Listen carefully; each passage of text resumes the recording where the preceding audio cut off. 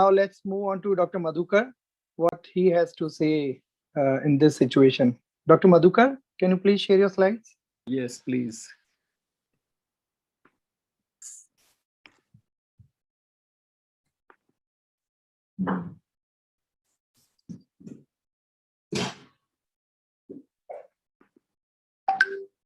Okay, Yeah, we can see my slides, Harshal? Yes, we can see that. Please go ahead. Okay, thank you, Chitra and ARC, the whole team, for inviting me for this wonderful debate. I enjoyed Arul Mozivarman's talk, and let me put my story of this topic. Next slide, please.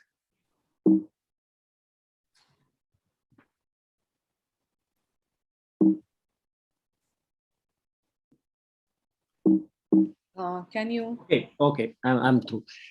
So coming to refractive errors in the general population, about 40% are hyperopes in the 50 to 60 years age group.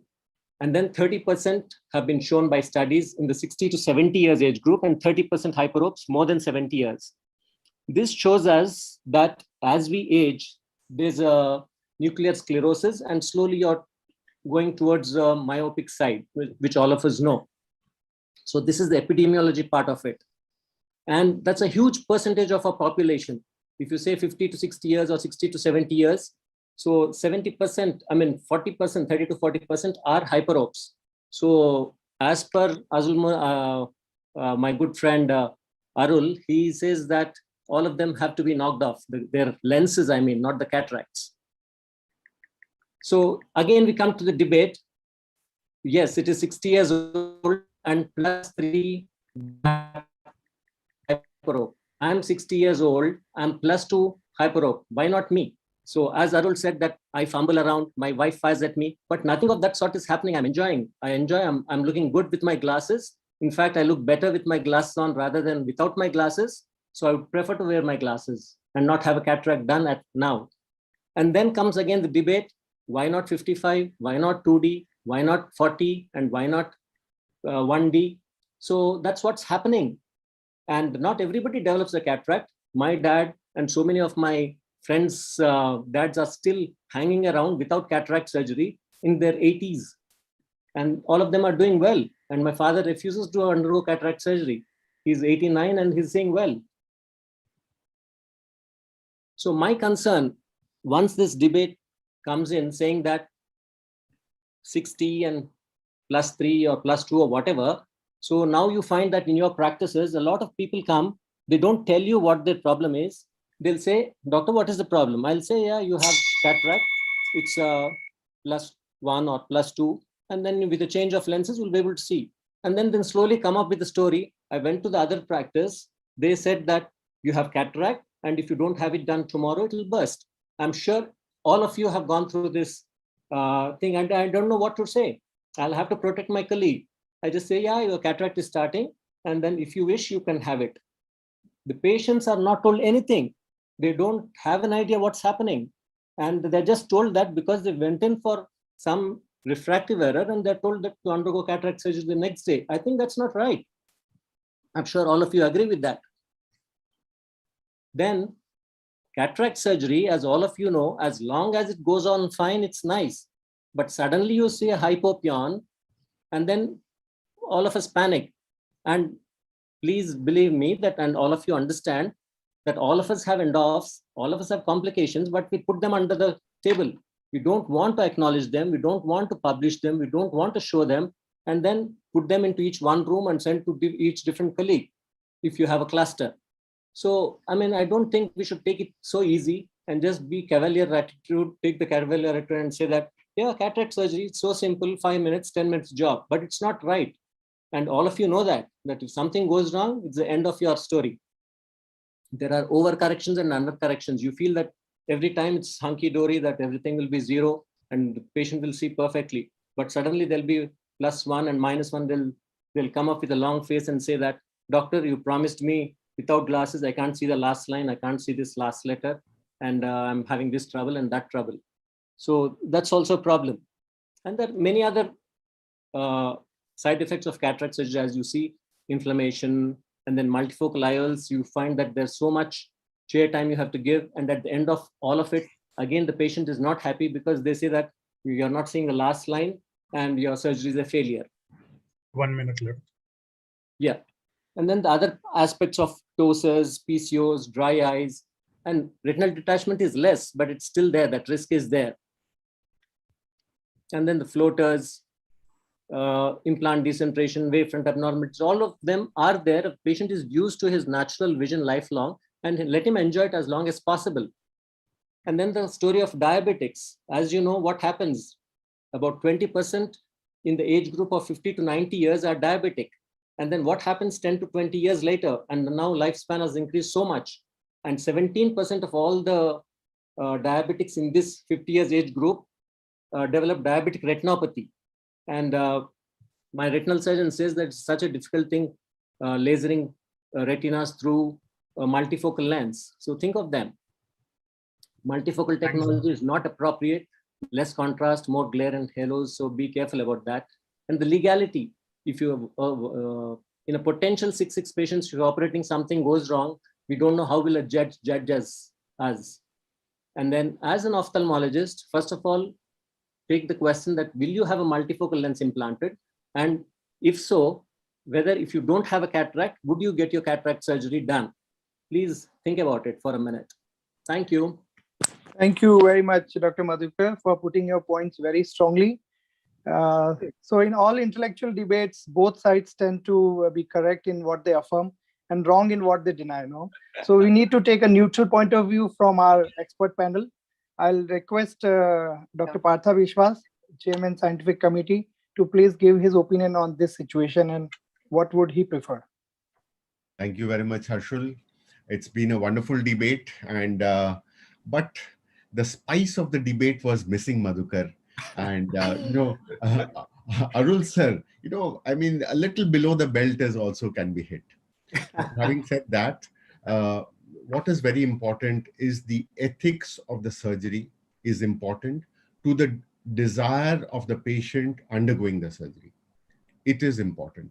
And that would be possibly the final judgment where the surgeon has to judge, yes, this 60-year-old may be crippled with arthritis, may not be able to walk well, may be finding difficulty with glasses, requires a cataract surgery.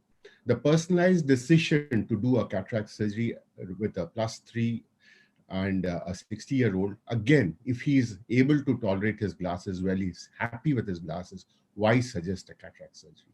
So a balanced approach, and that's what all of us as surgeons, I'm sure we do. For debates, of course, we take sides and we bounce on each other, but that is the rational approach, I would say.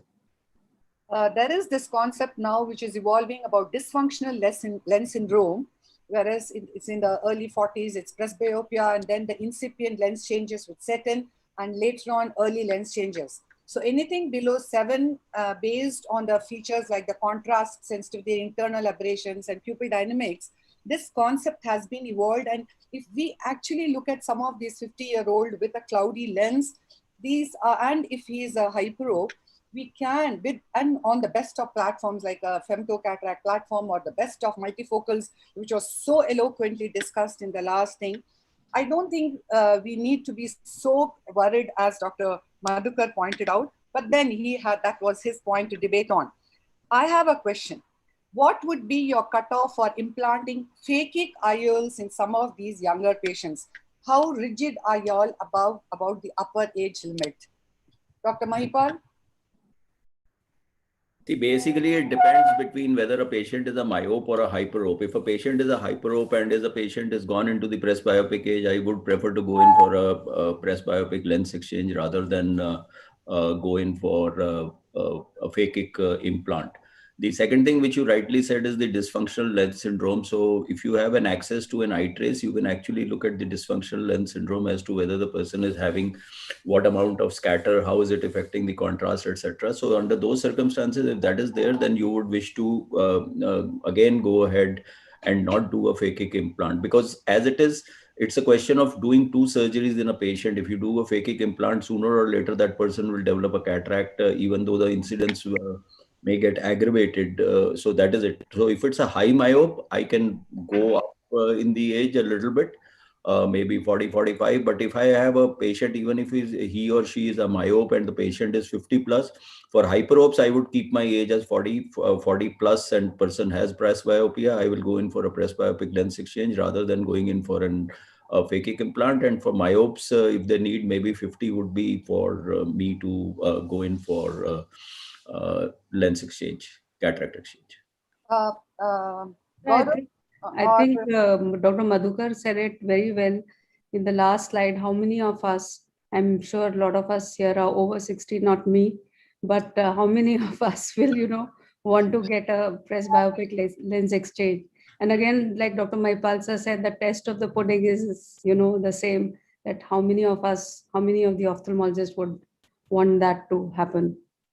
Yeah, but One you more see many high hyperopes out here sitting. So Namrata, that's a question which is directed. There are very few high hyperopes One among. last question I have before we go on. So Pankaj says that he's a hyperope and he will not have. So Dr. I will Pankaj is ask Arul Muhivarman to answer this question. Arul, what would be your preferred choice of IOL path calculation in a short eye, not just +3, a little shorter eye? Because here you are promised a prelex to this patient, the best of results. What would be your go-to formula? Would it be Barrett's, or would you have different formulas for shorter axial length or post-LASIK eyes? Yeah, okay. For the post-LASIK, it's very easy to answer. You go for the LASIK, post-LASIK formula that are available.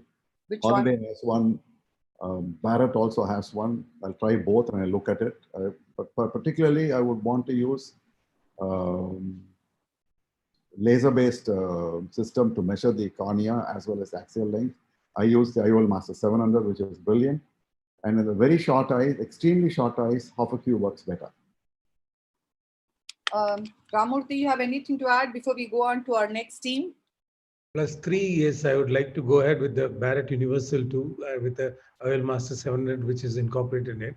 It works well. And as you mentioned, cataract is not something which occurs overnight. In a 60-year-old, already there's quite a lot of higher order aberrations. The spherical aberration is significant. It's a much thicker lens. So the quality of vision is quite poor. In these cases, definitely a clear lens extraction can be anticipated. And in line with what we discussed in the earlier topic, this is one case where I would definitely go for the best of multifocal intraocular lenses and imported lens. The test of the lens and the test of your surgery is really satisfying a clear lens extraction patient. So no compromise on this type of surgery. But if you do the best of surgery with the best of lenses, you often end up with very Paucity of time, we shall come back to discussions based on the